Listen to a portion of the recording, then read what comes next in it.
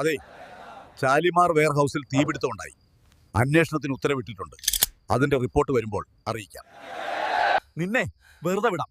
ശിവന്റെ അടുത്ത drug operation എവിടെ നടക്കും, എപ്പോ? ഇതിന് മാത്രം മറുപടി തന്നാ മതി. ഈ ഡീലിൽ എനിക്ക് നഷ്ടം 1 കോടി രൂപയാണ്. നീ ശിവനെ ഫോൺ വിളിക്ക്.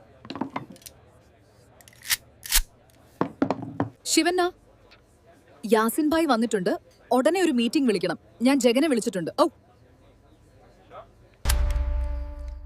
നമ്മുടെ ഇടകോടിയിലുള്ള ഗസ്റ്റ് ഹൗസിൽ ഒരു മീറ്റിംഗിന് വേണ്ട സജ്ജീകരണം ചെയ്യണം. കത്തിച്ച ചാമ്പൽ ഞാൻ അവനെ കൊണ്ട് തന്നെ തീറ്റിക്കും. ശിവണ്ണ, അവനെ ഞങ്ങൾ സ്കെച്ചിട്ടോളാം. കോളേജിൽ ഒരുപാട് സ്റ്റുഡൻസ് ഡ്രഗ് അഡിക്റ്റ് ആണ്, പെൺകുട്ടികൾ ഉൾപ്പെടെ ഉണ്ട്. നിന്റെ ബന്ധു അല്ലേ കമ്മീഷണർ? അദ്ദേഹം ഇടപെടില്ലേ?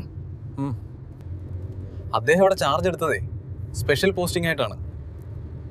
ആരെങ്കിലും വേണ്ടടാ ഇതൊക്കെ ചോദ്യം ചെയ്യാനും. നിങ്ങൾ അറിഞ്ഞോ, ജഗന്റെ പാർട്ടി വാങ്ങിയ ആ 1.5 ഏക്കർ പേരിടം ഇപ്പൊ ഏതോ ഫാക്ടറിക്കായി വിറ്റത്രേ. അപ്പൊ തുണി യൂണിറ്റോ? എടി ശാന്തി, അത് ഫാക്ടറിയാണ്. നീ എന്ത് പറഞ്ഞാലും തെറ്റും. അച്ഛൻ പോയിട്ടുണ്ട് പരാതി കൊടുക്കാനായി. നിനക്കറിയാവുന്ന ഡീലുകൾ, രഹസ്യ കേന്ദ്രങ്ങൾ എന്നിവയുടെ വിവരങ്ങൾ പറഞ്ഞാൽ മതി. സർ, അവരെന്നെ കൊല്ലും. ശിവന്റെ ഗോഡൌൺ കത്തിച്ചത് ചേട്ടനാണ്. പക്ഷേ അവര് ചുമ്മാ ഇരിക്കും തോന്നുന്നില്ല. നിന്റെ ചേട്ടനെ ഞങ്ങളും സപ്പോർട്ട് ചെയ്യും.